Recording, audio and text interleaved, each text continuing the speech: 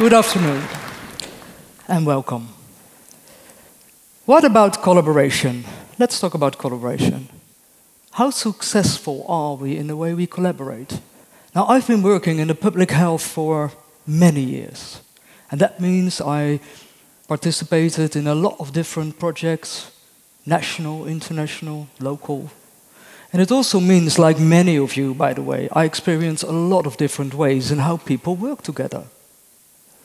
And to be very honest, some of the ways we work together really frustrated me.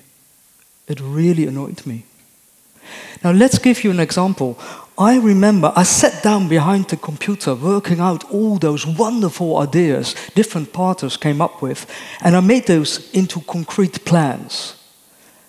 And on paper, it really looked as a very solid collaboration.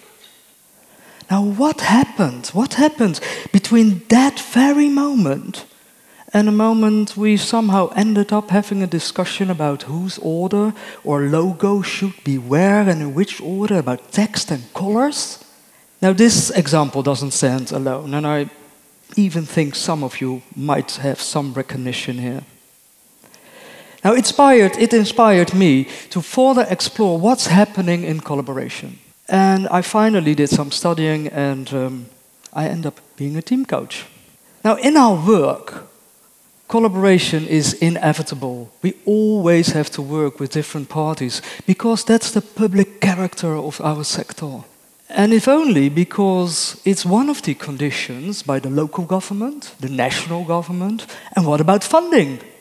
And that's also the hard part, because sometimes we need to collaborate, which doesn't automatically mean we want to collaborate. And let's face it, collaboration is not always fun. Let's be honest. You have to take care of each other, you have to take account of each other, you have to deal with all the differences. You have to make agreements again and again, and especially collaboration takes a lot of time. Now, let me ask you a question. For how many teams do you think collaboration is an easy path and enjoyable as well? Well, there is an organization called Team Coaching International. They did some research. They end up with the figure of 1 out of 10. 1 out of 10. So I think some of you might be counting right now, like I'm the lucky one or I'm not the lucky one, but 1 out of 10. So what does that mean to us? It means that if you want to collaborate, you really have to seriously invest. Now, one of the things I notice is that it's quite obvious, and we all know that if you're going to work together, it really helps when you get to know each other. Now, by getting to know each other, I mean a bit more than having this introductory round in which people introduce themselves, state their name, their function, and then we go over to the order of goals, ambitions, results, and things like that. I'm talking about really understanding who the other party is. And I'm talking about investing in time in things like what are the personal ambitions? What are fears? What are things like desires, weaknesses, but also qualities? So really taking time to understand who the other party and person is. Now that's often skipped. And most of the time by the guise of having lack of time, or by saying, yeah, it's a bit soft hustle to do so. Secondly, it's really important when you're going to work together that you go to that specific place where there is conflict. Now, I must say, and I know I may suggest otherwise, but I don't like conflict. I rather avoid it. I don't like disagreement at all. And here I am stating how important this is that we create a space where we can disagree with each other and where we can have conflict. And to be honest, it's not new. Most of the theories about collaboration argue that successful collaboration is supportive by having this space for disagreement and conflict. So how are we going to organize that? Again, first of all, it's so important that we build a layer of trust. And after that, I really love what I like to do in that very space is I love to have fucked up sessions. What I mean by that is that we invite each other to really come up with all the things you can imagine how to make a huge failure out of our collaboration. Really mess it up. And I promise you, this is so enlightening to do. Really, it's lovely to do. And at the same time, it gives you a lot of information about where there might be conflicting issues and how to deal with them. Now imagine you have had such a session and you still want to work together. Wow, that's what I call a solid ground for collaboration.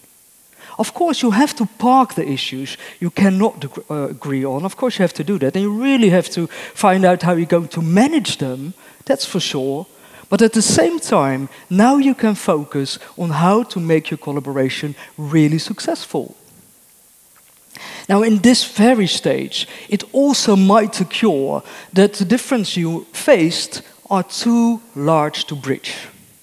And in that case, please do not go and work together.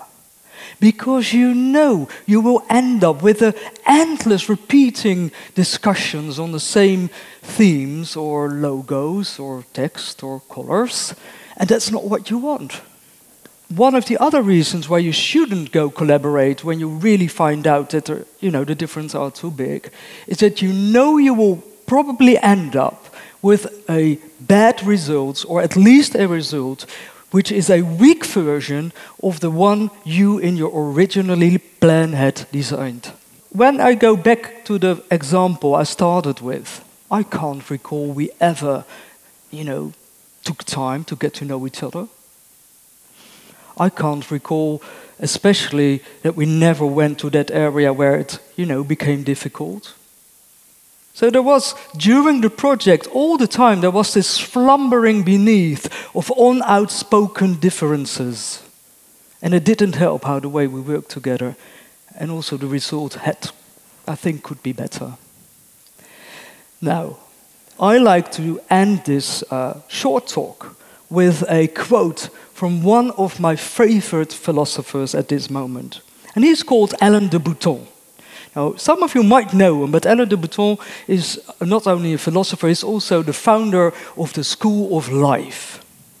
And he advocates the following: it should prevent a lot of pain, disappointment, and divorces.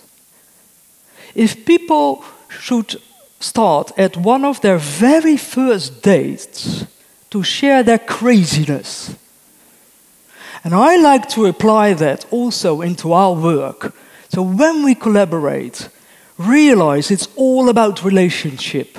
And let's start there to make our collaboration worthwhile. Thank you.